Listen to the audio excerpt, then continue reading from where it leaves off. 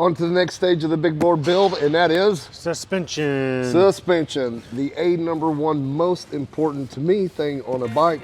The Ornery One presents the Big Boar Build Series here on YouTube, where we take a 2022 Harley-Davidson Road Glide Limited and build a touring performance bagger, which will be known as the Big Boar. Overall, even if you're talking about motor work, I would do this first. So it looks like we're going to be doing some Arcs. the arcs. And I can't wait to see here. Tickle my fancy. Oh, there she is. And all the pretty teal and black colors. You can get these in quite a few colors. We went with a black. You can get gold and aluminum base and black. We decided to go with black. And then you get the housing cover in different stickers, which this is the one it comes with, that wraps the canisters. But we got a different color, which I may change again after we're rethinking. That's okay though. And as we have on here, Harley-Davidson stocks, which this is just an equalizer there, shock. And then over here, of course, is the shock that has somewhat of adjustment here. But to me, this is just two turds hooked up to a bike. I think at the beginning of the year, they teamed up with a different company to put some shocks on, and they did some recalls on that shock. They should have gone Legend. Again, everything in my video is my opinion, but in my video, everything I say is right. Not really, but I do think this is right for sure. They should have went with Legends. I believe, of course, they are top shelf, genuine, badass parts, warranty, and of course the whole crew there is amazing. The rear suspension's simple as enough. It's really 2 bolts. 2 bolts, you're off. A lift, a jack. Lift, Flat jack. Jack, 2 bolts. Throw them over on the table and throw them away. What is most common? We do Legends more than anything else. Yep. We push Legends just because of their warranty. Their, like I said, like you were just talking about, their feedback, anything that we have issues or anything else with it, they're right on the phone. They really do help us. So you're coming from a tech, you want to deal with Legends for that reason right there. Yeah, I mean, we've done the other companies. Like I said, we are co-branded.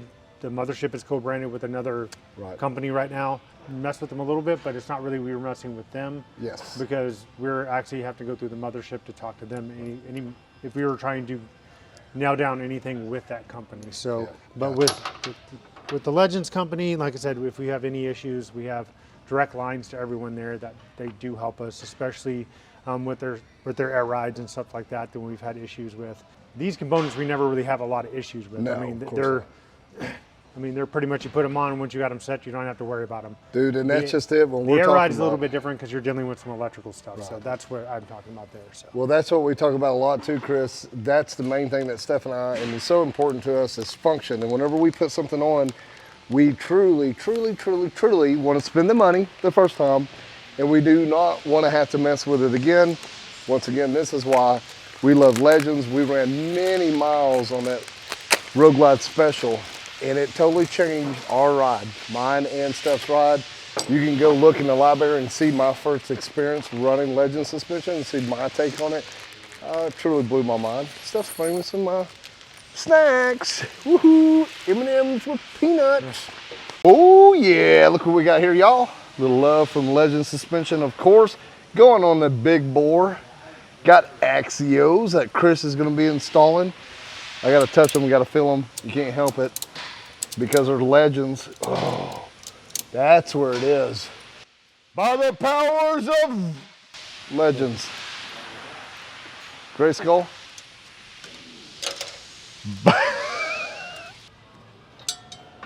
Oh yeah. Hey, what was that you just plopped out there with a wire on it? That's your ABS. Is that, no shit.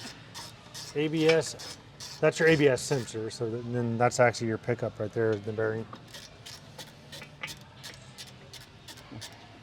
You no longer have a vehicle speed sensor. Now everything's done by that, just like a modern car would be. back in the day, we would always have a vehicle speed sensor, which was a sensor that went in your transmission and read how fast your transmission would go, That's what I was thinking. but not anymore. That's what does it. Yep. Yeah.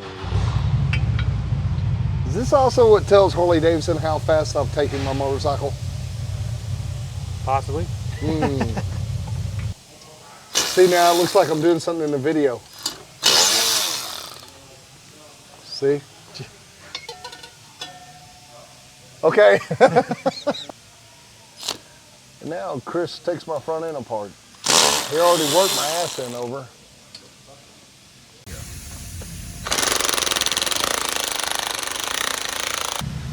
All right, Chris, you're taking out the ring, snap rings. Yep, stop rings, so. Stop rings. Fancy tool time. Isn't that a pretty one?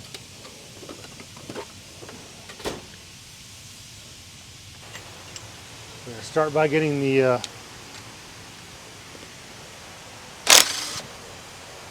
stop plug. There is a crush washer in there, which are one-time use only. So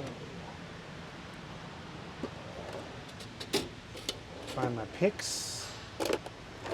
Hey, it's a pick. It's a peak.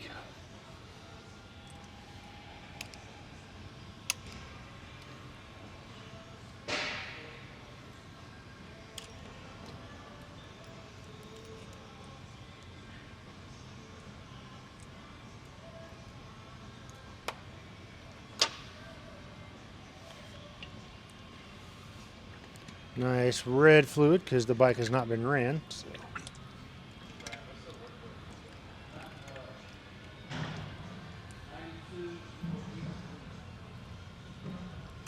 Wow, nice motion, man. Nice, huh? Yeah, really well done. Ah, yeah, yeah. You emptied her out. So that's the stock spring that Chris just took out and threw out.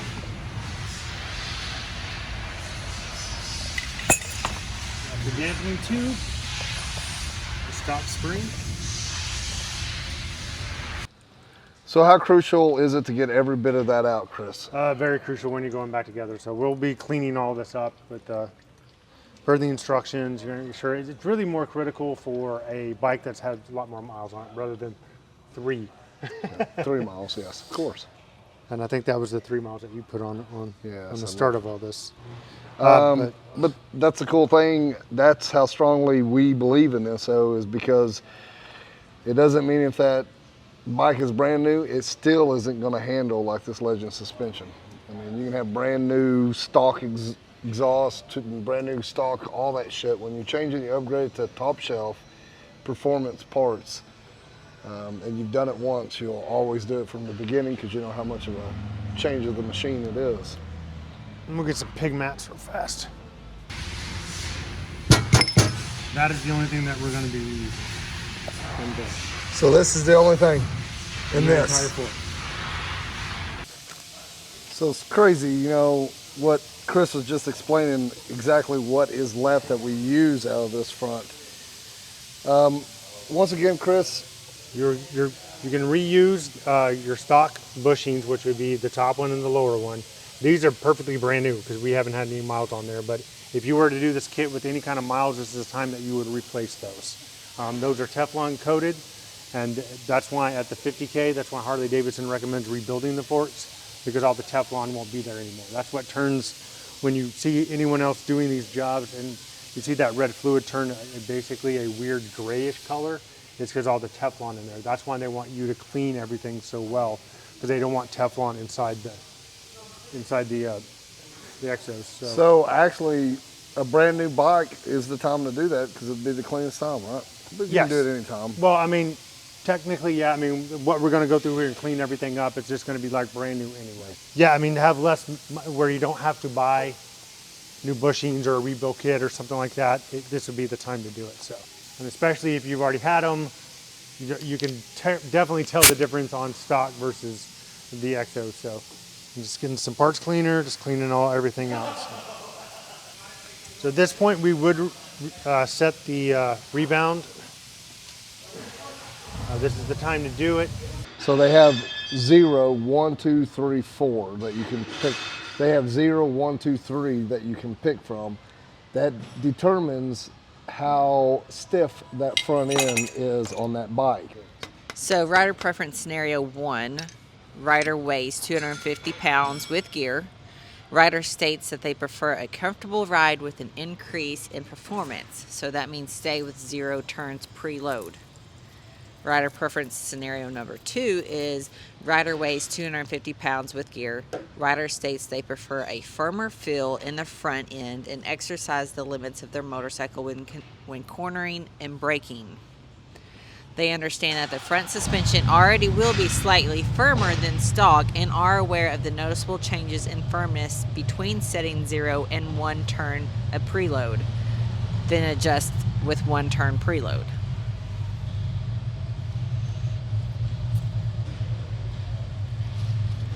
Okay, so I've talked with Chase and gone over a lot of different scenarios over the years with how Steph and I ride and where we ride, how we're loaded, and how fast we run.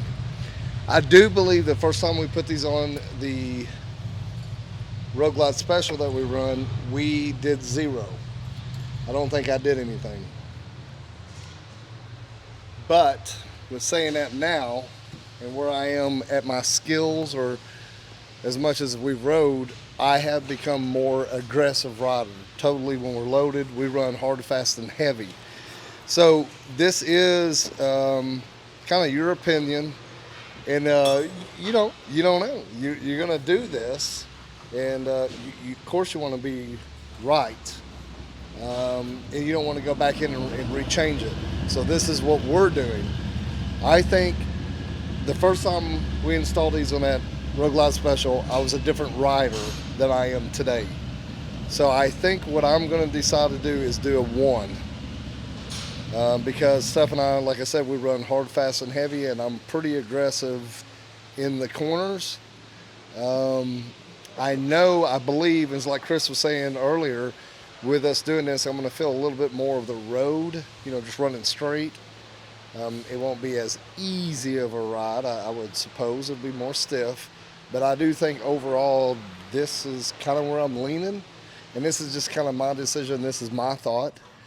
And then we'll set it that way. When I get down the road, I'm going to do a 1,000-mile review of the 131. And then I'll also be able to tell you kind of a 1,000-mile review of what my opinion is on how we set the preload on the front here with the Legends. So what do you think, Steph? Do you agree with that thought? Yes. Or do you think it should be 0? Don't put me on the spot. No, what do you think? I honestly don't know. Like Chris was saying, he has had, the experience. I mean, okay, just like Chris was saying, I'm not going to feel so much of the difference. You will. So it's really not up to me.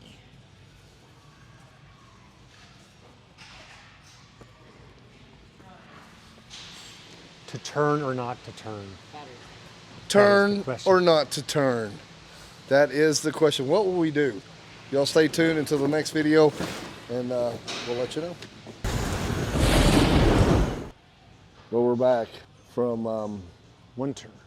deciding what we were going to do, and as you can just hear, Chris said a 1 turn, so that's what I decided to go with. A little stiffer for a ride on this one. I do believe on the Road Glide Special though we did 0. So right here's the guys we're talking about. And I weigh about 225, 230, depends on how many cheeseburgers I've had that week. So I'm about 5'10", 11 on a boot day. Everybody on a boot day. So a lot of people always ask me, they're like, yo, TJ, how big of an old boy are you anyway? Well, I'm not that big. But I do have brass balls and I shoot lightning bolts out of my ass, so keep that in mind. I'm a special kind of person with special talents, like talking fast and talking shit. I'm a front of a house kind of a guy. Fuck away. But one thing I can say over the last few years, Steph and I have got to where we ride pretty aggressive on that old bike.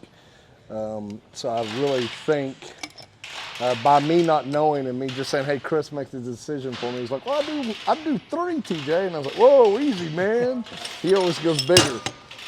Bigger's better. Yeah. It feels like a rock. Oh, now he beats on it a little bit. All that work and we don't see no legends though. Nope. On top you do, but On top, yeah. actually these are actually easier than stock. Stock is much harder to rebuild because you're trying to push down on that spring and trying to push the cap, because the way they do their fork oil is that you would do basically like this, and then you got to pull everything out, compress it, pour the fork oil in, suck out to the recommended level that they need, then put the springs and everything else, and then try to push it down with your hands, and then trying to get it started.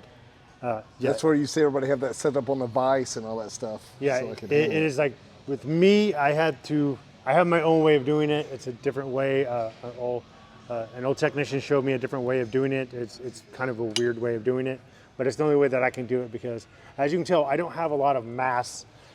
Yeah, what do you weigh, Chris? Huh? What do you weigh? Depends on how many beers, but anywhere from 155 to 165. It really You definitely need to set that at 0.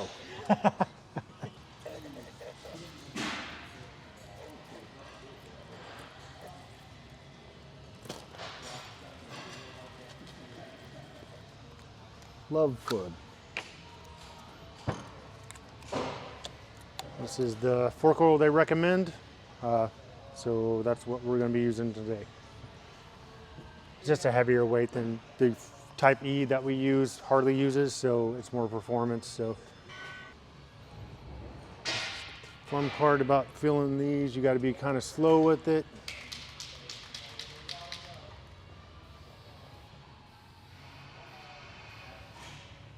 Pour it in there too fast, the air can escape, and then it will just pour all over your fork, and then your level will be wrong.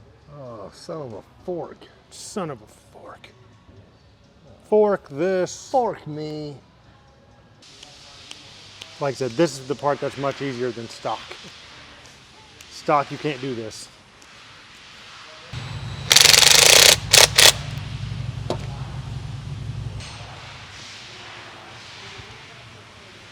There we go.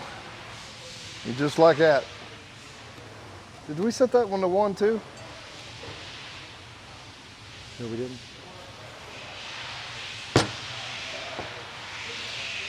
You got me. Fork! Fork. Actually, it's not that bad. None of that really happened.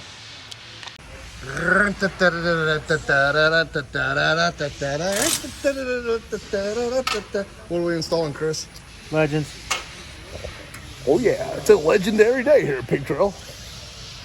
No, these aren't legends though. No. Feels good. All right, Larry, let's go lunch. All right. Let's go. Who's buying? Hooty hoo! Hooty hoo! Oh my God, run, Chris!